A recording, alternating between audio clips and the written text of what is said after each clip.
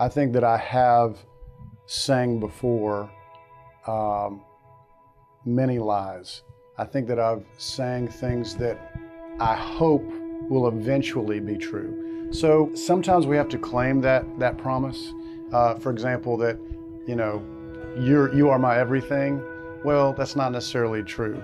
The intent is well.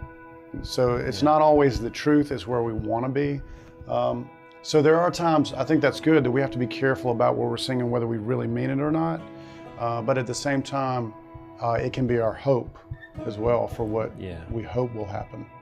I'm not much of a songwriter in the band as far as lyrics, but I think that the hard thing with worship sometimes is that, you know, especially if you're in a church service, it's sort of like standard procedure that we have to have 20 or 30 minutes of worship before the pastor speaks or whatever. I mean, that's just what we do.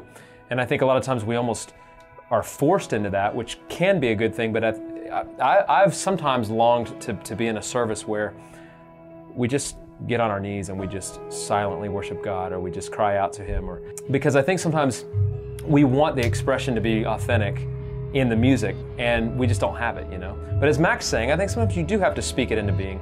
And some, you know, like forgiveness, for instance, when you have to forgive somebody, when you know that that's what's separating you from them and from God and from peace, sometimes you just have to speak the forgiveness before you actually feel it. And you may not feel it for a long time, but you have to continue to speak it into being. So I think with worship, it's the same thing. Sometimes just putting ourselves in that position and saying, Lord, I'm not feeling anything right now, but I'm going to sing this because it's truth and I know it's good, and I know that you will speak to me through it.